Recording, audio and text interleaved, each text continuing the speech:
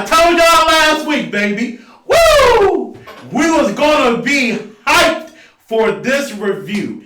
Ever since I walked away from doing my Power Rangers Dino Thunder review, I was salivating a little bit, y'all. I ain't gonna lie. I was like Will from Operation Overdrive. Sucking on my teeth. Licking my lips. Because I was looking forward to talking about Power Rangers RPM. Y'all, when you talk about a season of the show that was given damn near 100% creative freedom, what these writers, producers, and directors were able to put together is far and away not only a top 5 season of the franchise, but it's the most mature, most darkest season of Power Rangers. This is truly fucking fantastic. And I'm getting ready to do something a little cringy. Alright? Get in gear. I might delete that shit. That was cringy. We're here to save humanity. You never break us or erase us. Power Rangers RPM, let's go. So, back in 2009, right? Your boy, me, Marcus Digital, I was 15 years old, right? And in my mind, I was way past Power Rangers, right? In large part because at that point in my life, I became an addict.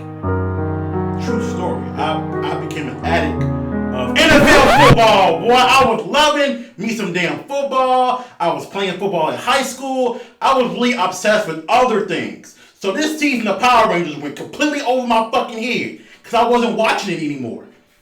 And then here I am in 2013, hearing so much stuff about RPM.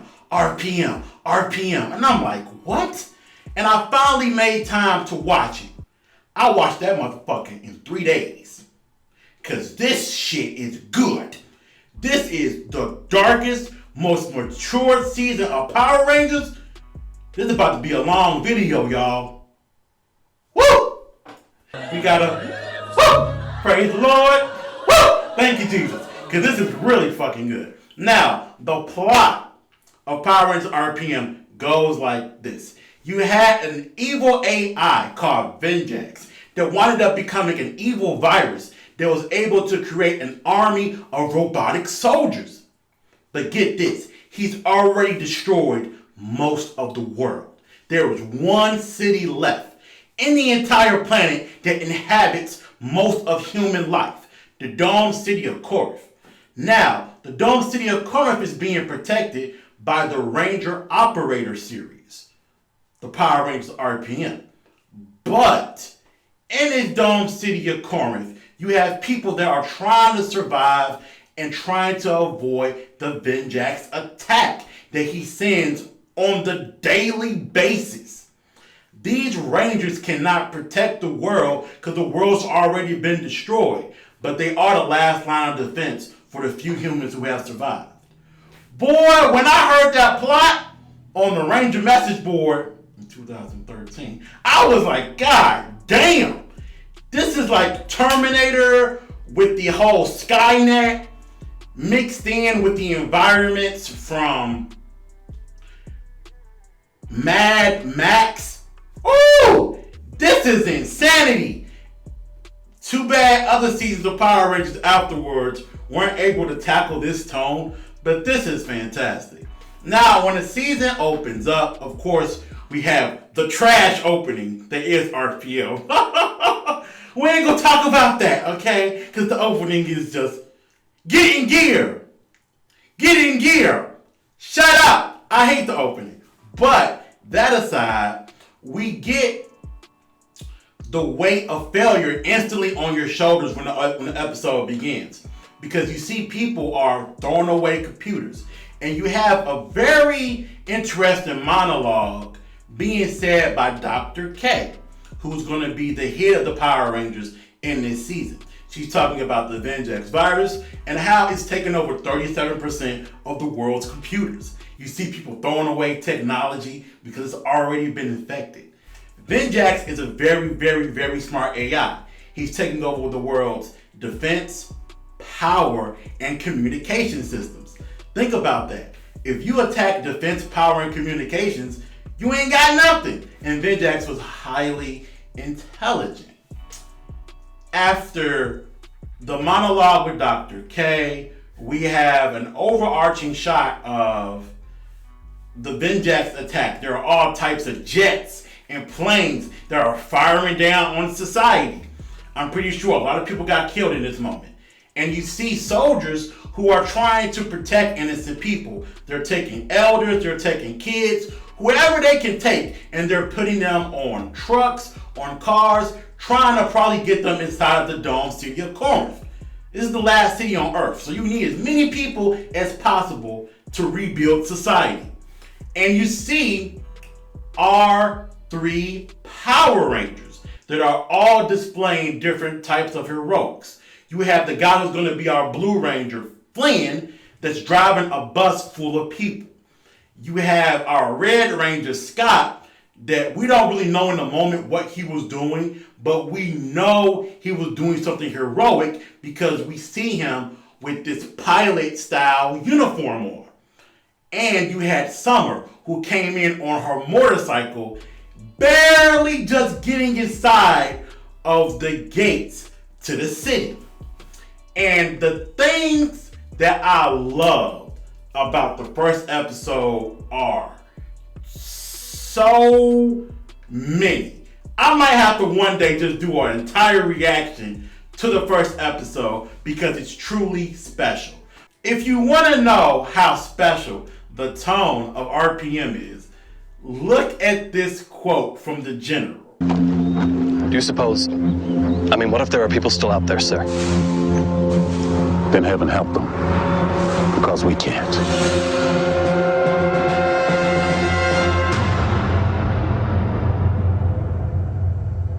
This man said, God help them.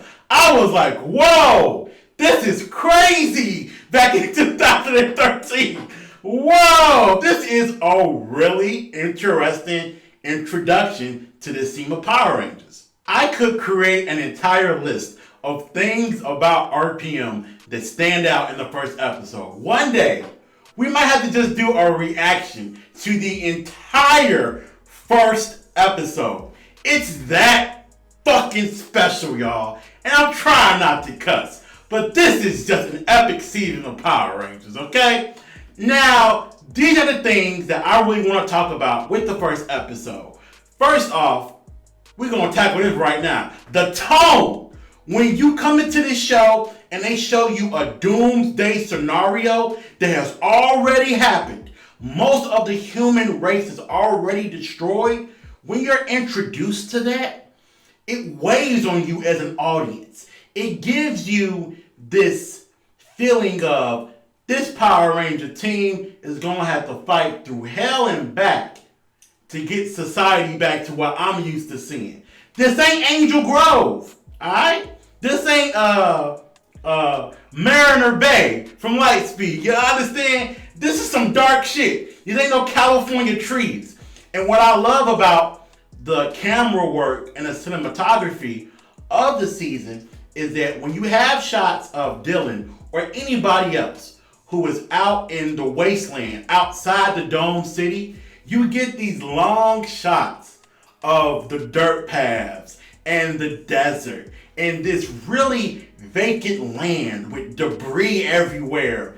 This really dry, lifeless look. But then when you go inside the Dome City, it has technology that makes it look pretty. It makes it look like a society that you would actually want to be in. And when you're inside the Dome City, you have a lot of close shots of people interacting together, people smiling. They really did a great job at showing you how awful it is outside the dome, but then how great it is on the inside of the dome. Y'all, the tone of this season is really fantastic and it'll pull you in. the minute you first started watching it. All the best seasons of Power Rangers normally have one thing in common. When you talk about in space, you talk about Time Force or Dino Thunder, the dialogue from character to character is always interesting. I'm talking about just words being said from one person to another person. It's not action oriented. It's not monsters. It's just them talking. And those scenes in RPM are so engaging because they're being given dialogue and words that are real for those people who also feel real. It's not like these characters have a PBS Kids filter on their mouth where they say dumb shit. No, this is real dialogue. And when you look at the first introduction of Dylan, our Black Ranger, and Ziggy, our Green Ranger, their first introduction to each other is a stick-up. Yo! Yo! The tone and the dialogue in that scene is so gripping. The minute the episode jumps after that time skip in the beginning. Special dialogue throughout the entire season. Okay now, my friend. We can do this the easy way or the hard way. I'm gonna count. No. Wait, what no? How can you say no? I haven't even told you my demands yet. Now you made me lose my train of thought. You want to start over? No, let's just keep going. I need to take your car. Well, let's say borrow. I need to borrow your car, okay? That sounds better. And those are your demands, huh?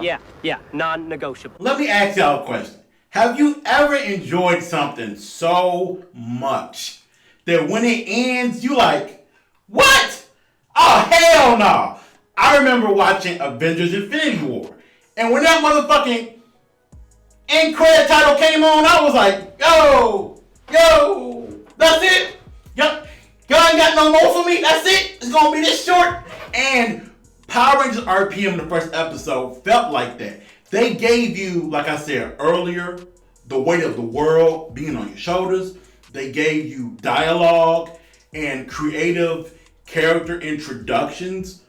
But they also gave you some awesome stunts. Y'all, the choreography in this season is something special. They have a very creative way of getting Power Ranger actors, whether they're in the suit or not, to go aerial. And the way they film it is so cool looking. The stunts in general, hand-to-hand combat, flips, rolls, those things look fantastic throughout the entire season. It really shines a light on bullshit like Operation Overdrive. And it makes you say, damn, why can't you just get these people to work on every season of Power Rangers? Because like I said earlier, the best seasons of the franchise always have a lot of things in common that make it great. And RPM has fantastic choreography when it comes to the Power Rangers fighting. It's special. You have the ability to show somebody punching, but then you're zooming in here, you're zooming out there, you're flipping the camera here. They're adding so much intensity to a basic action sequence in this show because they're creative with the camera work. Oh, man, this is good. The theme of this season is cars. And when you talk about cars in the Power Rangers franchise, it has a very interesting history. Let's just leave it at that, okay? And for the theme of this season to be vehicles, it doesn't make sense for a season themed around the end of the world. Now, I know it's based upon the Sentai counterpart. It's an adaptation. They put their own spin on it. But how the fuck does a car theme match up with the end of the world? It just doesn't. And from time to time, when they put a spotlight on the theme, it takes some story elements away. Because dinosaurs, maybe more science would have made sense instead of cars. Now, let's talk about these ugly ass suits. These are some hideous ass suits. And they really became an issue for me the more I looked at them as the season went on. Let's just look at our three main Rangers. Y'all, why do they have these obnoxious straps that go from their shoulder to their waist? Somebody's gonna tell me, Marcus, they are meant to represent seatbelts. I got you. Particularly the kind of seatbelts they wear in race car. Okay, NASCAR, I got you.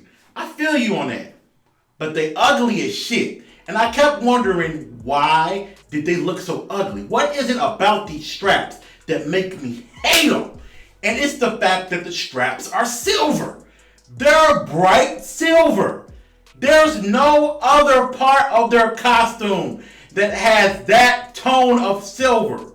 Why are the straps silver? It really takes away from the costume.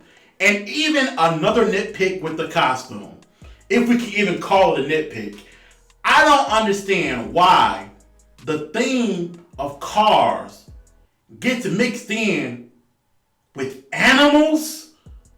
Is this Zoobilee Zoo? What the fuck?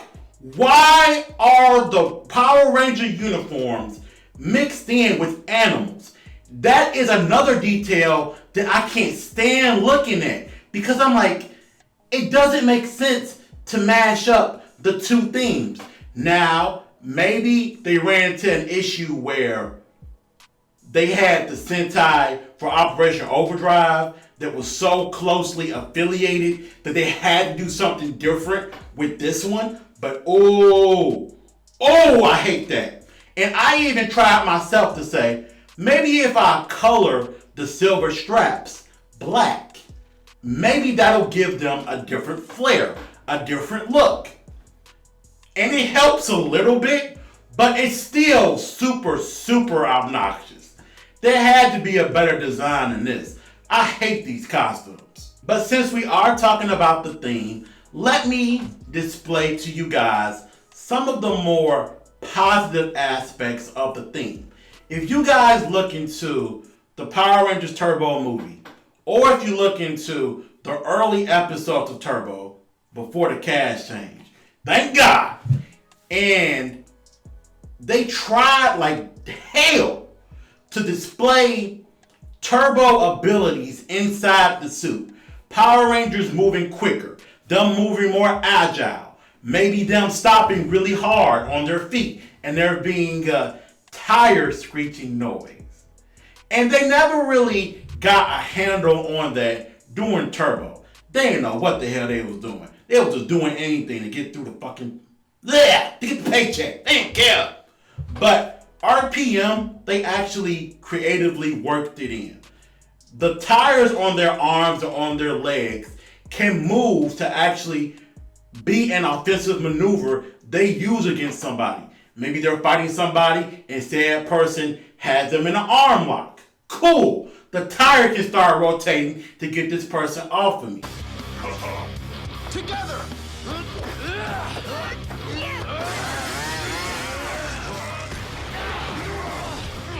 It also allows for them to move swifter in battle. I thought that was fun with RPM and how they were able to implement that. Another thing about the car theme, let's take it another step. Every season of Power Rangers, or not every season, but most seasons of Power Rangers, will always give the Ranger team vehicles of some type. Motorcycles, something so they can get from point A to point B. And they are always extremely colorful. And they are always designed to be sellable at Toys R Us, at KB Toys. I know KB Toys ain't a thing no more, but you know, it was popping when I was a kid. But anyway, the vehicles are made to represent toys. For this season, they gave each individual Ranger a vehicle that made sense. Real life cars. The vehicle that Scott drives is a sports car that you can actually see a real human being driving. None of that red lightning shit from Turbo. Little toy cars. Nah, none of that. You had Dylan, who was driving a muscle car. Summer, that was driving a motorcycle, a dirt bike. Flynn, who was driving a whole Hummer that he will also carry Jim and Gemma in because they didn't have their own vehicles.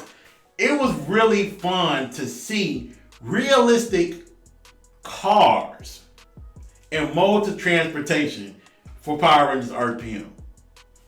Our Ranger team for the season is a really fun Ranger team because everybody has a personality that complements the next person and vice versa.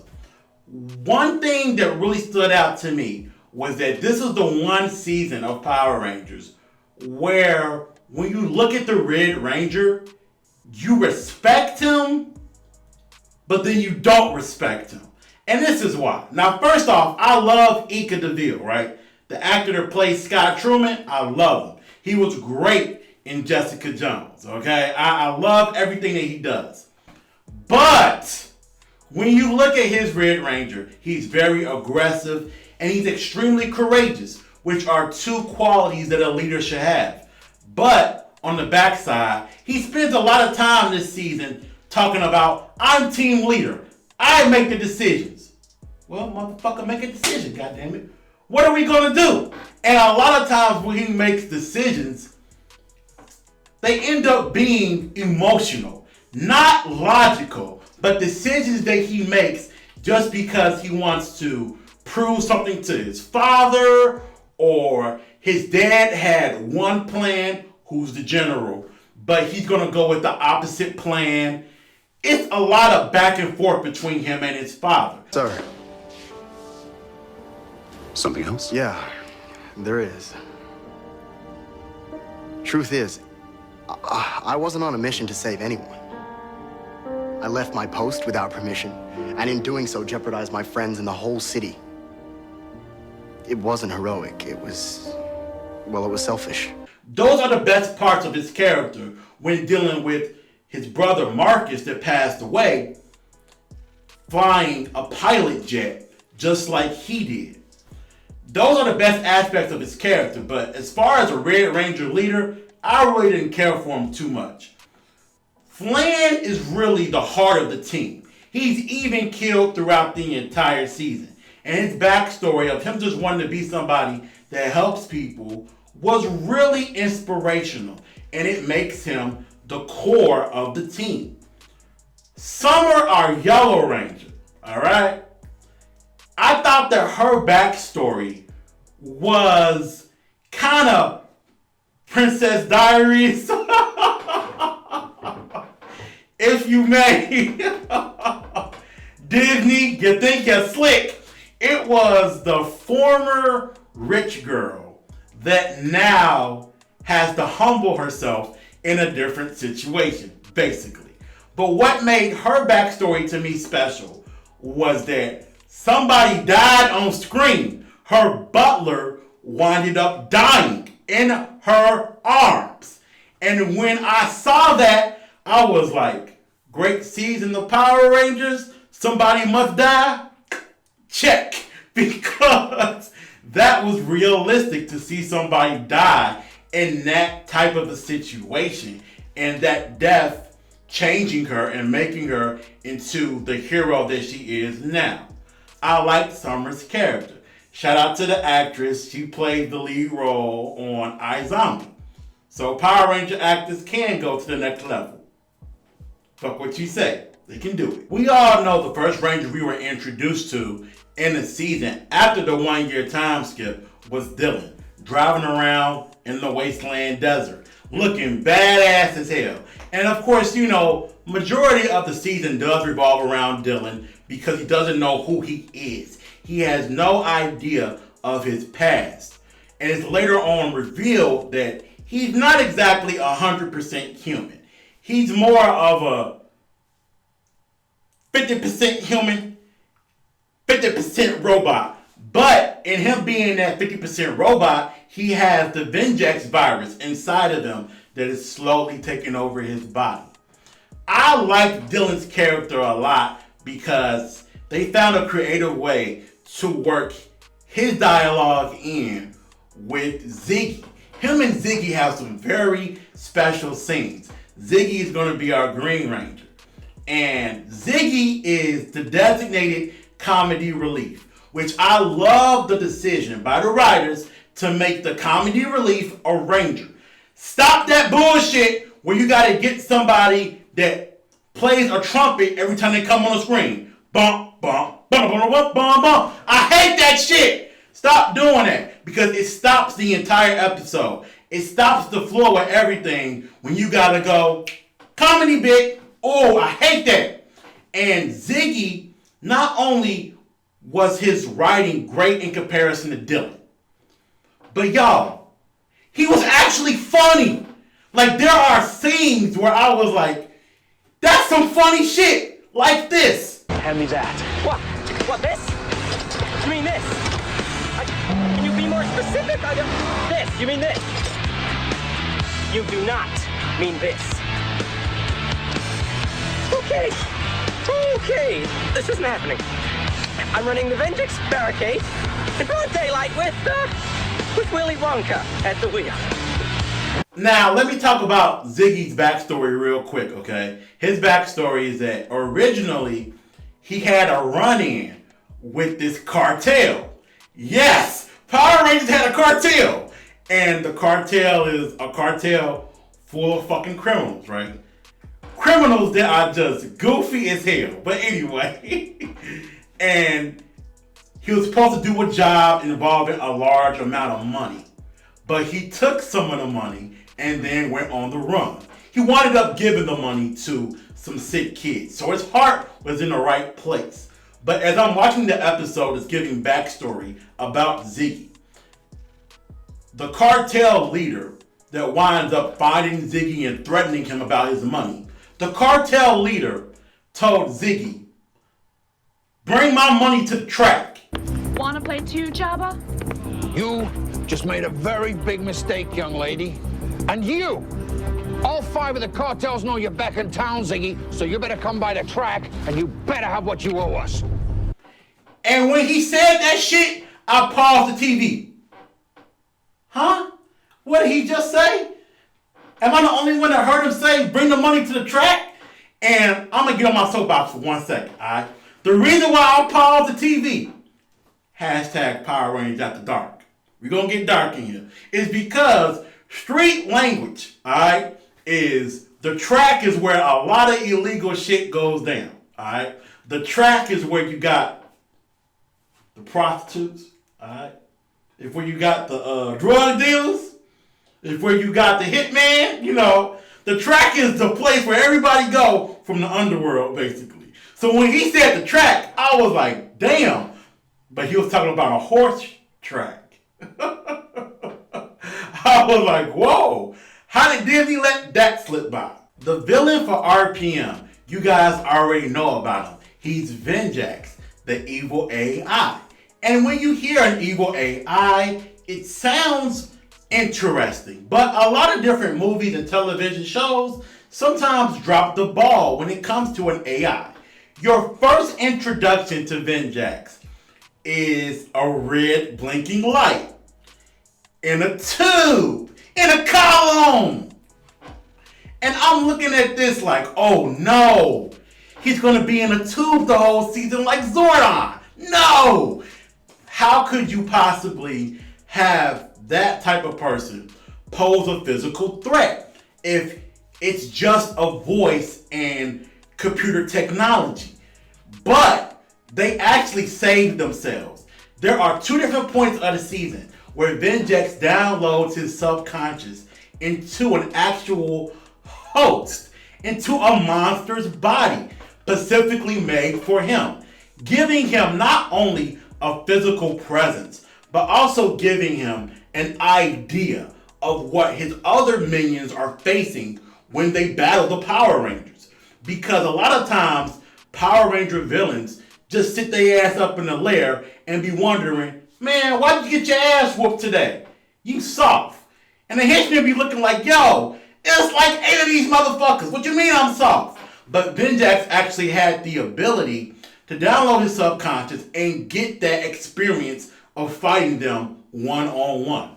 It was really cool what happened with him in that standpoint. Of course, an AI has to be very, very smart. It's artificial intelligence. And Vin Jax is extremely smart. We already talked about how Dylan has the Vin Jax virus inside of him. But get this. By the season's end, for the season finale, it's revealed that Vin Jax, not only does Dylan have the Vin Jax virus inside of him, but a lot of people inside the Dome City have it. There are all types of human-machine hybrids placed throughout the entire city.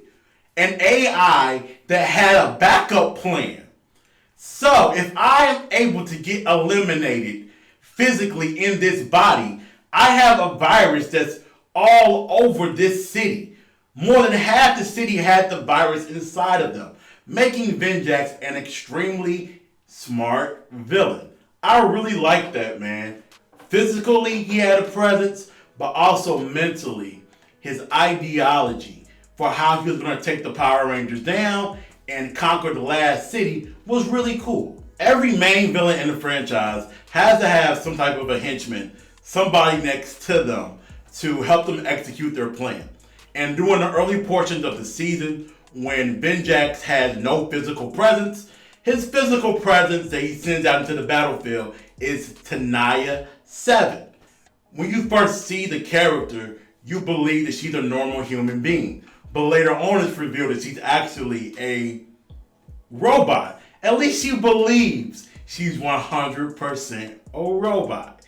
And there's a lot of cool things that happen with her character throughout the season as she goes on this emotional roller coaster of having human emotion, but then not really knowing why she has so much human emotion, but then wanting to be more robot and more cold-blooded / malice. I enjoyed Tanaya 7. Some people don't like the character, but I thought she was fun as hell. Now, the twist to her character is that Dylan, the Black Ranger, is actually her brother. They are related, but they were separated years ago, and when they were separated, they wound up capturing Tanaya and making her into a cyborg.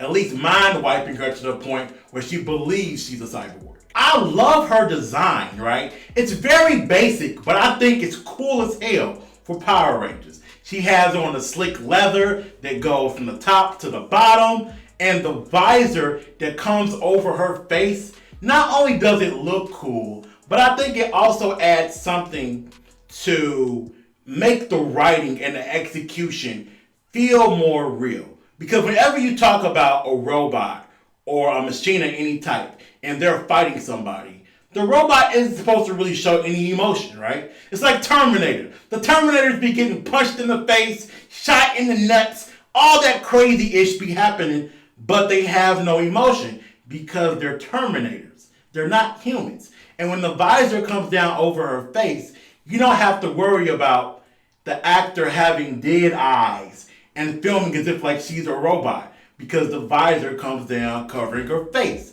It looks cool, but it also has another purpose as well. I really like that.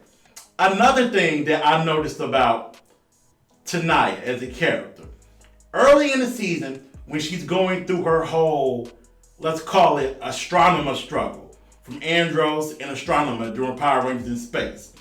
And there are episodes where she'll take her visor completely off her face and she'll display how she truly feels in certain situations. This wouldn't be a robot talking. This isn't her being manipulated or tricked. No, this is her telling Vin Jax, hey, I'm going to sleep. I'm tired. Or look, this is too much. I'm out of here. Those are emotions and moments when she's really feeling like that. And the tiara will come off her face, representing that in that moment, Tanaya is more human than what other people thought she was. Oh, looks like Gatbot finally met his match. Oh, sorry. Silence. Well, if at first you don't succeed, try again. I'm turning in. You should stay, Tanaya 7.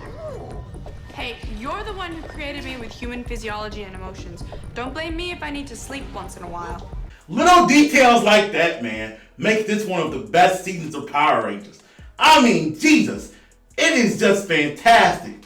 Now, I think her design was a little bit inspired by Tron, but also inspired from Terminator Rise of the Machines. Not as sexy. Not as sexy. It's a kid's show. Come on, y'all. But I really did enjoy how she was written, and I liked the character. A long-running tradition in the franchise is to give every Ranger team some type of superior operative. Some mega mind that's going to put everything together and direct them in the battlefield. For this season, we have Dr. K. When you first hear Dr. K on the computer, your take is that it must be a guy. He's about 6'2", but no, it's actually a short woman when you see her. I love that little play of how you think it's one thing, but it's something else. And her backstory is very impressive. Now, yes, she is the one that created the Power Rangers. She created their powers and their abilities. Extremely smart. But she also created Vin Jax. And in her creating Vin Jax, you get this dark backstory, okay, of her being told that she's allergic to the sun, to not go outside. She's manipulated from a young age and damn near brainwashed. And the only people that she forms a bond with is Jim and Gemma, who is our Gold Ranger and our Silver Ranger.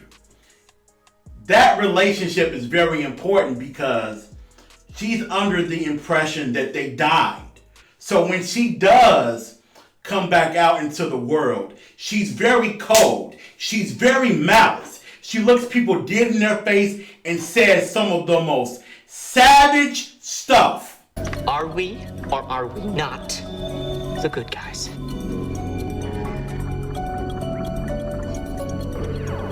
Tell me, what's it like? What's what like? Being stupid your whole life. Is it as wonderful as it seems? Straight disrespectful. There were times where I was like, damn woman, god damn. Look, I don't beat up on no chicks, but if she said some of that shit to me, them fighting words. Kia, you understand me? We fighting tonight, baby. Because some of that shit was crazy what she was saying to people. But it's not just the character being cold for giggles with the kids. No, the character is cold because, like I said, she thought Jim and Gemma died. She no longer wanted to form a relationship with the people in society in order to make sure that if this motherfucker dies, I ain't got no connection to him. So when she talks to the Power Rangers, she refers to them by color. Ranger Operator Red, Ranger Operator Yellow, Ranger Green, because she's not going to call them by their name and form an attachment. That individual might be taken away from her. We getting ready to get into them negatives, y'all. No season of Power Rangers is perfect. And this season had some of the goofiest, childish Zords I've ever seen in the franchise. First off, I'm going to give credit to the Power Ranger writers. They tried like hell to give a logical reason for why the Zords have googly eyes, anime eyes. They tried to actually explain it to you. And I forgot the explanation. It was real scientific, you know. I don't really care for science, you understand me. But they tried to explain it to the audience because they knew it was some cringy shit. They knew it looked weird with the googly eyes.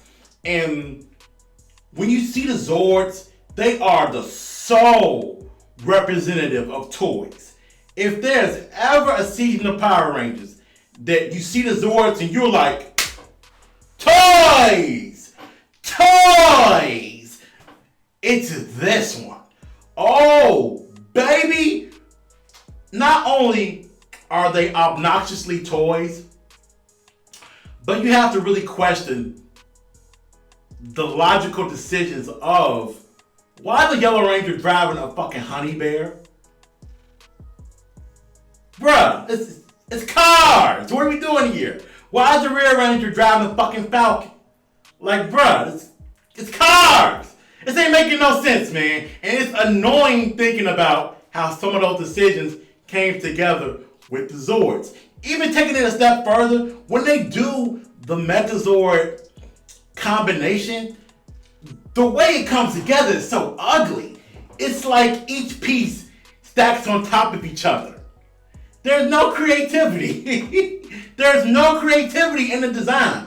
At least for Ninja Storm, you had the Yellow Ranger Zord, Dustin, that was about 70% of the Megazord, with Tori, the Blue Ranger, being an arm, and Shane, the Red Ranger, being the head.